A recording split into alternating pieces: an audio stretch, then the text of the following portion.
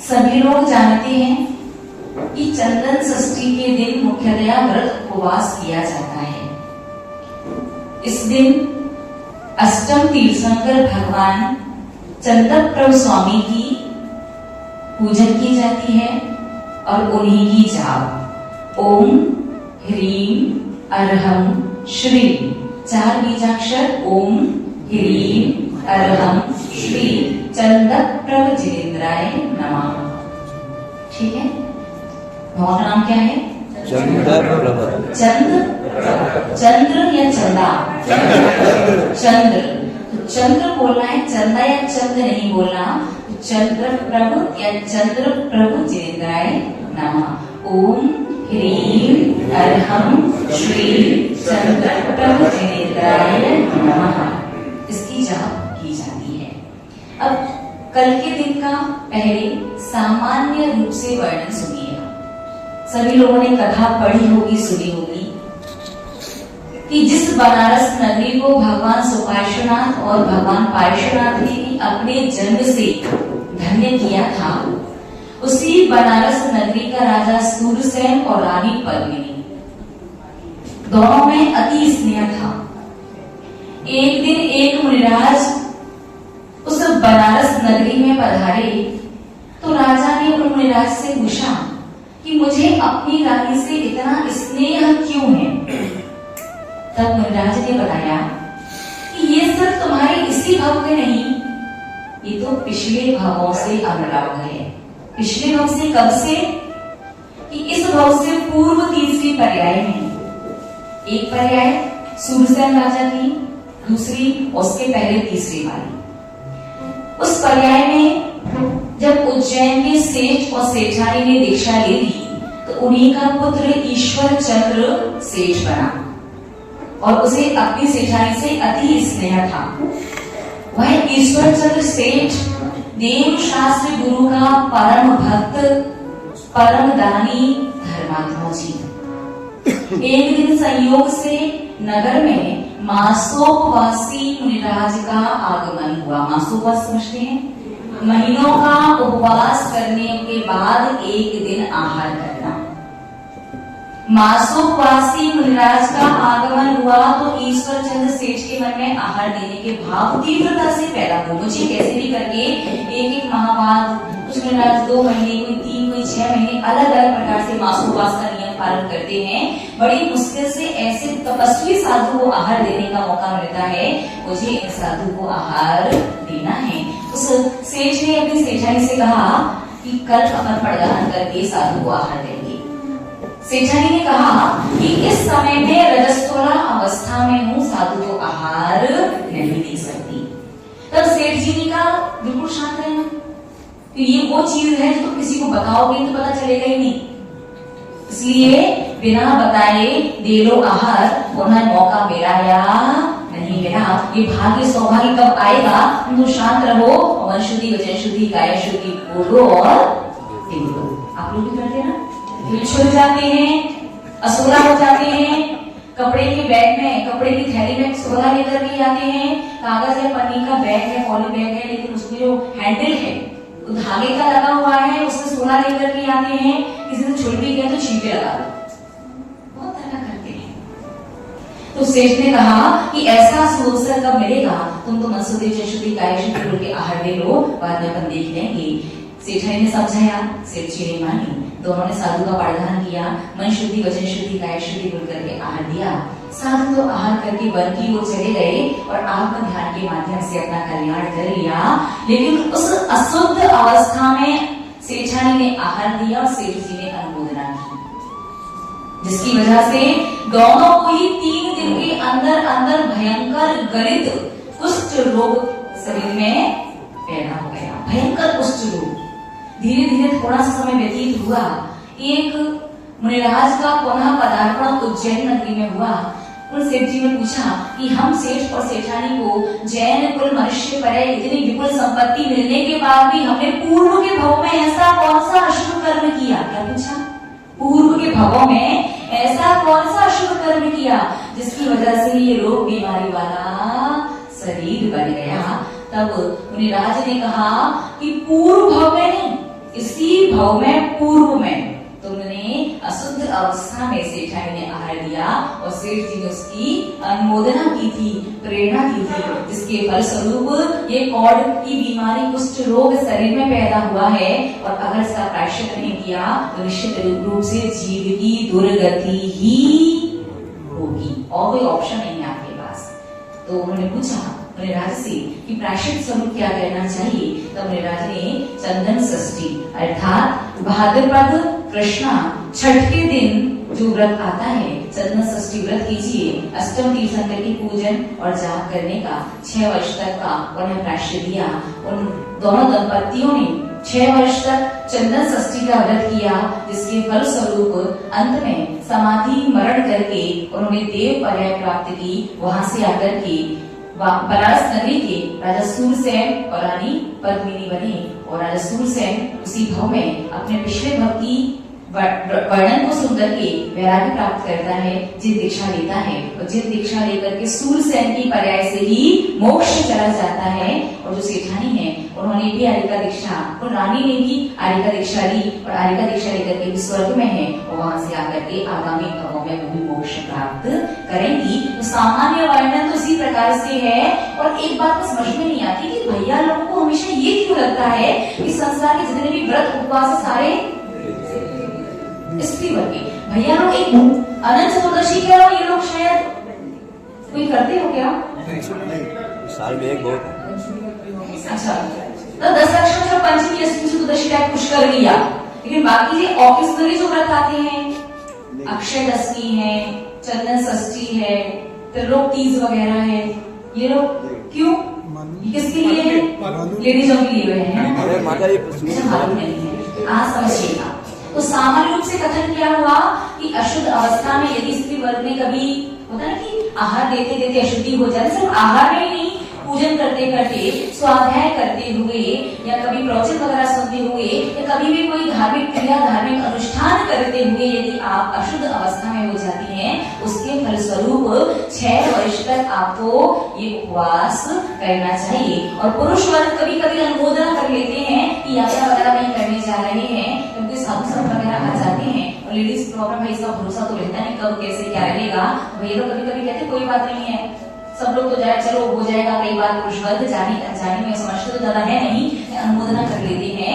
तो पुरुष वर्ग और स्त्री वर्ग दोनों के लिए प्रायश्चित स्वरूप ये व्रत 6 वर्ष तक करना चाहिए। ये सामान्य कथन था, अब विशेष रूप से सुनिए, जितना हमें समझ में आया और जितना हमें लगता है कि एक जन शावक को प्रति वर्ष अपने जीवन में 2 व्रत अवश्य करने चाहिए। कितने व्रत? 2। एक तो अनंत चतुर्दशी, वो व्रत क्यों करना चाहिए, क्या मायने हैं, क्या अर्थ है, वो हम आपको उस समय बाद बताएंगे जब वो आने वाली होगी तब। एक व्रत जो हमें लगता है कि प्रत्येक श्रावक को पूरे जीवन पर्यंत करना चाहिए, और वो व्रत है चंदन षष्ठी का व्रत। वर्ष में एक आता है, पुरुष वर्ग को भी करना चाहिए, स्त्री वर्ग को भी करना चाहिए। अशुद्धियां सिर्फ स्त्रियों की नहीं होती, पुरुष वर्ग से की भी अशुद्धि होती है। अशुद्धि मीन्स शरीर की तन की शुद्धि, अस्तूले के कपड़े में, अशुद्ध वस्त्रों में अभिषेक आहार वगैरह हो जाता कि नहीं हो जाता। बड़े बड़े अनुष्ठान होते हैं, पंचकरण वगैरह होते हैं, बड़े बड़े 8-8 दिन के विधान होते हैं, और उनका जो मंडल बनता है, उन पर नीचे मंडल पर एक दिन कपड़ा बांध दिया और उसे माली छू रहे हैं, चुराई बिछाने वाले छू रहे हैं, सफाई करने वाले छू रहे हैं, सब छू रहे हैं, और उन्हीं से टच होकर के अभिषेक वगैरह करते रहते कि नहीं करते आप लोग? करते रहते हैं। अच्छा, इस सभा में एक व्यक्ति सच्ची ईमानदारी से हृदय पर हाथ रख करके, हाथ खड़ा करके बता दो, ऐसा कौन सा एक व्यक्ति होगा जिसने कभी जीवन में अशुद्ध कपड़ों में आहार ना दिया हो या अभिषेक ना किया हो? ईमानदारी। सोना लेकर के आते हैं, सोने के वस्त्र होते हैं, कहीं ना कहीं छुल गए हैं, डाउट है, पक्का कंफर्म है कि छुल ही गए होंगे, कोई बात नहीं, कोई बात नहीं है, नहीं कहते कि साइड होकर के चीजें उठे मार के कई बार तक पहुंच जाते हैं। हाथ खड़ा कीजिए कोई ऐसा व्यक्ति जिसने कभी एक बार भी नहीं किया होगा सोने में आहार और अभिषेक, ईमानदारी से। बाकी कहीं ना कहीं किसी प्रकार की, क्योंकि छोटे चीटा चीटी पर मृत जीव पर पैर रख जाता है तो भी असुरा हो जाते हैं। तो आप नीचे ईढ़ पसंदी से चलते हैं क्या? एक तो आपके कपड़े इतने नीचे नीचे पहनते हैं, परिक्रमा वगैरह देखा जाए परिधान करती हैं शालिकाएं, उनकी साड़ी से सड़क साफ हो रही होती है, तो आपको लगता है कि वो आपका 16 बाकी रहता है? बिना नीचे देखे चलते हैं, चीटा चीटी मर गया, मृत जीव का स्पर्श होने पर भी कपड़े असुला हो जाते हैं, इतना ध्यान रखते हैं क्या? पैर धोते धोते चीटा चीटी पैर से निकलता जा रहा है, पैर रखता जा रहा है, ध्यान जाता है क्या? और सिर्फ शरीर की अशुद्धि नहीं, मन की अशुद्धि, वचनों की अशुद्धि, मन की अशुद्धि, देव शास्त्री गुरु के सामने कई बार दुर्भावना दुर्विचार आते कि नहीं आते? मानसिक अशुद्धि बन जाती कि नहीं बन जाती? कंट्रोल ही नहीं है मन पर। बहुत कोशिश करते हैं देव शास्त्री गुरु के सन्मुख जब रहे अच्छा शुभ चिंतन ही करें, कई बार कभी किसी को देख करके कभी कुछ ईश्वर गीता वो याद आ जाता है, कभी कुछ रिसेंटली जो जीवन में चल रहा है वो याद आ जाता है, कई बार दुर्विचार आ जाते हैं, कई बार दुर्वचन मुख से निकल जाते हैं। किसी की बुराई चुगली रागद्वेष की चर्चा आपने देव शास्त्र के समक्ष कभी की नहीं है क्या? की होगी। तो सब कायिक अशुद्धि नहीं, शरीर की भी, वचनों की भी, मन की भी निरंतर अशुद्धि देव शास्त्र गुरु के समक्ष होती रहती है। तो महानुभाव, हमारा जैन धर्म जैन दर्शन कितना महान है, जिसमें यदि गलतियों का बहुत बड़ा दोष बताया है, पाप बताया है, तो साथ ही साथ उस गलती को समाप्त करने का, दूर करने का प्रायश्चित भी बताया है। देव शास्त्री गुरु के समक्ष मन वचन काया की हर प्रकार की किसी न किसी तरह से आपकी अशुद्धि होती ही रहती है। ज्यादा कुछ नहीं करना है, वैष्णव बस एक आता है और उसमें भी आपके बहुत सारी व्यवस्थाएं हैं। आप यदि व्रत उपवास करने की शक्ति सामर्थ्य प्रतिवर्ष उपवास कीजिए, प्रतिवर्ष जब तक जीवित रहोगे तब तक दोष लग सकते हैं, और प्रतिवर्ष उपवास ना कर पाओ निर्जल तो कम से कम सिंपल पानी से व्रत कर लीजिए। सामने एक ही तो आना है, बाकी कोई नहीं कर पाओ चल जाएगा, कोई व्रत मत करो जीवन में शक्ति सामर्थ्य नहीं है तो एक व्रत। आजकल उस होड़ है रिकॉर्ड बनाने की, ये व्रत भी कर लिया, ये व्रत भी कर लिया, ये व्रत भी कर लिया, ये व्रत भी कर लिया, और ढंग से देखा जाए तो एक भी व्रत नहीं किया होता है। आप किसी भी व्रत की कथा कहानी को उठा करके देख लीजिएगा, प्रत्येक व्रत की कथा में यही आता है कि उन राजा रानी ने, सेठ सेठानी ने एक व्रत किया और एक व्रत के द्वारा जीवन भर की सारी समस्याएं हल हो गई, उसके बाद उत्तम देव पर्याय प्राप्त किया, वहां से आकर के मोक्ष चले गए। और आप लोग इतनी लंबी लिस्ट है व्रत उपवास करने की, इस भाव का एक काम नहीं हो रहा, मरण के बाद सुगति का भरोसा नहीं है, और अगले भव की तो छोड़ ही दो, क्योंकि आजकल हर का होड़ है, वो भी करा, उसने भी लिया है, इतने हो गए हैं, हमें भी करना है। एक व्रत करो, निर्दोष करो, अच्छे से करो, कितने कर्म कर जाते हैं। कल का जो व्रत है ना, कल के व्रत के बारे में तो बस इतना समझ लो कि अगर आप सच में एक दूसरे हित चिंतक पे बताने करें, कल के व्रत किस किस प्रकार से कर सकते हैं। जब तक आपकी शक्ति सामर्थ्य रहे, पूरे जीवन पर्यंत का एक साथ लेने की आवश्यकता नहीं है, जब तक शक्ति सामर्थ्य रहे तब तक आप उपवास से करें। उपवास की शक्ति सामर्थ्य ना रहे, सिंपल पानी ले लें, उतनी भी शक्ति ना हो, ऐसा शक्ति तो है कि जान मुझे कर नहीं रहे, ऐसा मत करना। शक्ति सामर्थ्य हो, शरीर साथ नहीं दे रहा, स्वास्थ्य ठीक नहीं है, मन थोड़ा सा कमजोर है, कभी किए नहीं है, उनके लिए इतने रास्ते हैं। सिंपल पानी ले लो, उससे भी नहीं चल पा रहा तो कम से कम एक बार बिना अनाज का लेकर के फलाहार करके कर लो। उससे भी ना चले, एक बार एक ही जगह बैठ करके एक राशन सब कुछ लो, जैसे साधु संत आहार में लेते हैं ना, फल भी लेते हैं, मीठा भी लेते हैं, दाल सब्जी भी लेते हैं, दूध सब कुछ लेते हैं, वैसे एक बार एक ही जगह बैठ करके सब कुछ ले, दोबारा पानी भी नहीं। इतने से भी ना चले, एक टाइम भोजन एक टाइम पानी ले लो, इतने से भी ना चले, एक टाइम भोजन एक टाइम फलाहार कर लो, और इतने से भी ना चले दो टाइम खा लो, और उतने से भी ना चले तो दिन में जितनी बार खाना है उतनी बार खा लो, लेकिन बिल्कुल शुद्ध मर्यादा का 3 दिन का आटा मसाला पिसा हुआ हो, और पानी कुएं का, बोरिंग का या फिर बारिश का हो, इतना तो कम से कम करना ही पड़ेगा, इससे कम वाला ऑप्शन नहीं है। कितना करो कम से कम पूरे दिन को, रात्रि में तो ना फलाहार करना है, वैसे रात में तो पानी भी नहीं पीना है, एक ही दिन की तो बात है, एक दिन पानी नहीं पियोगे तो मृत्यु नहीं हो जाएगी, और हो भी गई तो उत्तम देव पर्याय मिलेगी, चिंता मत करना। अगर मरण हो भी गया उत्तम देव पर्याय प्राप्त होगी। याद रखना, एक कल का दिन का जो व्रत है, कल के दिन का जो अनुष्ठान है, अगर वर्ष में एक अनुष्ठान बस कल के दिन का भी आप कर पाते हैं ना, शक्ति सामर्थ्य अनुकूलता के अनुसार पूरे दिन भर खाओ, बिल्कुल शुद्ध मर्यादित 3 दिन दिन के आटे मसाले घर का बना हुआ और कुआ बारिश और बोरिंग का पानी, एक दिन वर्ष में ऐसा नियम संयम पालने से भी आप अपने अशुभ कर्म को, कैसे अशुभ कर्म को, देव शास्त्र गुरु के समक्ष मन वचन काया की किसी भी प्रकार की अशुद्धि हो गई हो, क्योंकि कथा तो यद्यपि रजस्वला अवस्था को लेकर के है कि कथाएं उपलक्षण मात्र होती हैं। क्या होती हैं? उपलक्षण मात्र। नहीं, एक चीज को लेकर के कह दिया और आस पास से उससे संबंधित हर बात को आपको उसमें इंक्लूड कर लेना है। जैसे सिद्ध चक्र मंडल विधान, उस विषय बात मैंने क्या छोटे से समझ जाएगा।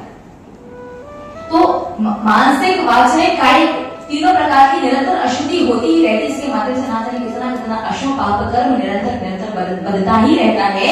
महानुभाव, कल के दिन किया गया अनुष्ठान कुछ ना हो, बस आप तो दिन भर शुद्ध खाओ। और एक सबसे विशेष बात कि कल के दिन चंद्र प्रभु भगवान की पूजन और उनकी जाप अवश्य करना, और पुरुष वर्ग उनका अभिषेक और स्त्री वर्ग उनका अभिषेक आप अवश्य देखें। और आप सच में, आपको लगता है कि आपकी जो गृहस्थी बसाई है, संसार बसाया है और आपस में पति पत्नी का संबंध है, वो धर्म पति और धर्म पत्नी का है। और सच में अगर आप एक दूसरे के हितैषी हो, एक दूसरे का हित चाहते हो, तो कल के दिन अपने परिवार के साथ बैठ करके भगवान चंद्र प्रभु स्वामी की पूजन अवश्य करनी चाहिए।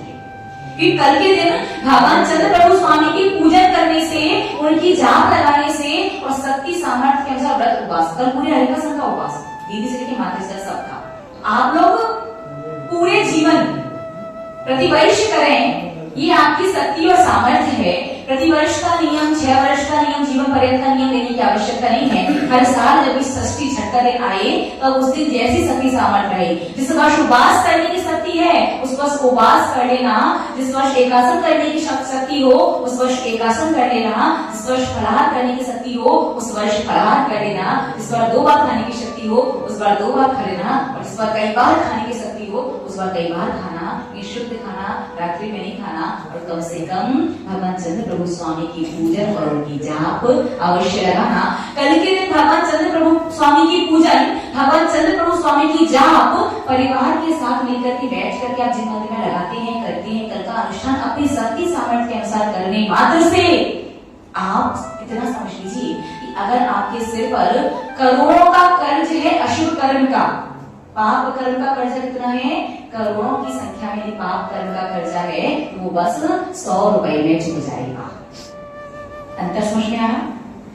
करोड़ और बोलिए ना 100, आप इतना समझ लीजिए। असंख्यात अनंत आप इतनी बार सुन चुके हो, अब तो आदत बन गई आपकी। हाँ माता जी बैठिए, असंख्यात अनंत अनंत अनंत ऐसा आपको सुनाएंगे और सुनेंगे, निकल जाएंगे बात खत्म। अब आपको आपकी भाषा में आपकी तरह से समझाने की आवश्यकता है। बस आप इतना समझ जाइए, जीवन के बाकी कोई व्रत उपवास अनुष्ठान आप कितना कर पाते हैं, कितना नहीं कर पाते, वो सब तो बात की बात है। जीवन में बस एक लक्ष्य बना करके रखो कि भगवान में ऐसी शक्ति, सामर्थ्य और अनुकूलता देना कि ज्यादा न सही वर्ष में कम से कम एक दिन चंद्र षष्ठी के दिन व्रत उपवास, नियम संयम जो संभव हो, और कुछ संभव ना हो तो कम से कम परिवार की जन के साथ बैठ करके भगवान चंद्र प्रभु स्वामी की पूजन और उनकी जाप अवश्य करें। कम से कम पूजन और जाप तो करो ही करो। उसके बाद भोजन शुद्धि वगैरह करोगे तो ही कर्म आपका करोड़ों का कर्जा वाला कर्म सिर्फ 100 रुपए में चुक जाएगा। इतना विशेष होता है कल का दिन। मानव भाव निश्चित रूप से एक बात हमेशा स्मृति में रखिए, आपको लगता है ये मेरा है, ये अपना है, ये मैंने खुद कमाया है, इस पर तो मेरा कमांड चलता है, इस पर तो मेरा अधिकार है, जब चाहूं मैं जो कर सकता हूँ, ये सब आपकी मिथ्या भ्रांति है, गलत धारणा है। 24 घंटे और जन्म से, गर्भ में आने से लेकर के मृत्यु की अंतिम श्वास तक जो शरीर आपके साथ रहता है ना, ये शरीर भी पुण्य की वजह से आपका साथ दे रहा है। जिस दिन पाप कर्म का उदय आ जाएगा ना, मन कितना भी कहे, चाह करके भी अपना हाथ उठा नहीं पाओगे। इस शरीर तो आपका है ना, आप कहते हैं, और गर्भ से आपके साथ है, अंतिम श्वास तक साथ रहेगा। इस शरीर पर तक आपका कंट्रोल नहीं है। अच्छा हाथ खड़ा करो, किसका कंट्रोल का शरीर पर है? हाथ खड़ा करो, उसका शरीर उसके अनुरूप ही चले। जब तक पुण्य है ना तब तक चल रहा। जब तक पुण्य है, आपने कहा चल, उठ के चल दिया, बैठ गया, सो जा सो गया, उठ जा उठ गया, खा लिया, पचाना है पचा ले, सब कुछ कर लिया। कब तक? जब तक पुण्य है। यहाँ पुण्य गया, वहां ये तन जो गर्व से है वो साथ नहीं देता, फिर बाहर की चीजें, चाहे परिवार हो, चाहे नाते रिश्तेदार हो, चाहे संपत्ति हो, चाहे वैभव हो, चाहे सोना चांदी हो, चाहे मकान दुकान, ये सारी चीजें तो बाद में जोड़ी है, बाद में कि ये चीज कैसे साथ दे पाएंगी। महानुभाव ज्यादा कुछ नहीं, कल के दिन का विशेष ध्यान रखिए। वर्ष में बस एक आता है और अपनी शक्ति सामर्थ्य के अनुसार प्रतिवर्ष जब तक बन सके तब तक करते रहिए। और जिसने कभी रजस्वला वगैरह अवस्था में देव शास्त्र रूप की अग्नि रूप कभी कोई दोष हो गया हो और पुरुष वर्ग में कभी अनुमोदना रूप कभी उस तरह का पाप अर्जित किया हो या अशुद्ध अवस्था वगैरह में कपड़े वगैरह मन वचन का अशुद्ध वगैरह में कभी भगवान का अभिषेक वगैरह किया हो, जिनवाणी वगैरह पढ़ी हो या साधु वगैरह को आहार दिया हो, ये सभी के लिए है। ऐसा कोई पक्षपात नहीं करता हमारा जैन धर्म कि ये व्रत सिर्फ स्त्री वर्ग के पुरुष वर्ग के। एक व्रत हमें इतना चलाना पड़ा, हमें तो आगम में कहीं नहीं मिला कि ये व्रत सिर्फ स्त्रियों के लिए ही है। आप लोगों को मिला कि कोई व्रत? कोई मिले तो हमें भी बता देना। वो तो कौन सी रस्मी कब आती है ये? 10 लक्ष्य सच में मानना पड़ेगा, लेडी जो है भैया लोगों को कितनी गलत फहमी में भ्रम में रख रखा है कि सुहाग दसवीं कह करके व्रतों में दसवीं आएगी, वो पतियों की लंबी उम्र के लिए करें। गलत फहमी है आपकी, कोई आपकी व्रत नहीं है। वो दसवीं आने तो उसकी कथा बताएंगे। जो दसवीं नहीं, अरे जो दसवीं कोई पतियों के लिए नहीं है, वो बच्चों के लिए होती। आपने कहानी नहीं सुनी थी उस दिन? विशेष से तो अपने अशुभ कर्म की निर्जरा की थी। कौन से शुभ कर्म की निर्जरा? गुरु दान में, मुनि दान में, साधु के दान में यदि अंतराय डाला हो उसके माध्यम से बधे हुए पाप की निर्जरा के लिए कौन सा व्रत था? वो अक्षय दशमी करश दशमी वाला निकल गया। नहीं, वो आप किसी को कोई भी नाम दो, सावन के महीने में जो दशमी आती है ना, उस दशमी का है अक्षय दशमी, सौभाग्य दशमी, कलश दशमी। और वो व्रत होता है यदि मुनि दान में, गुरु दान में, साधु के दान में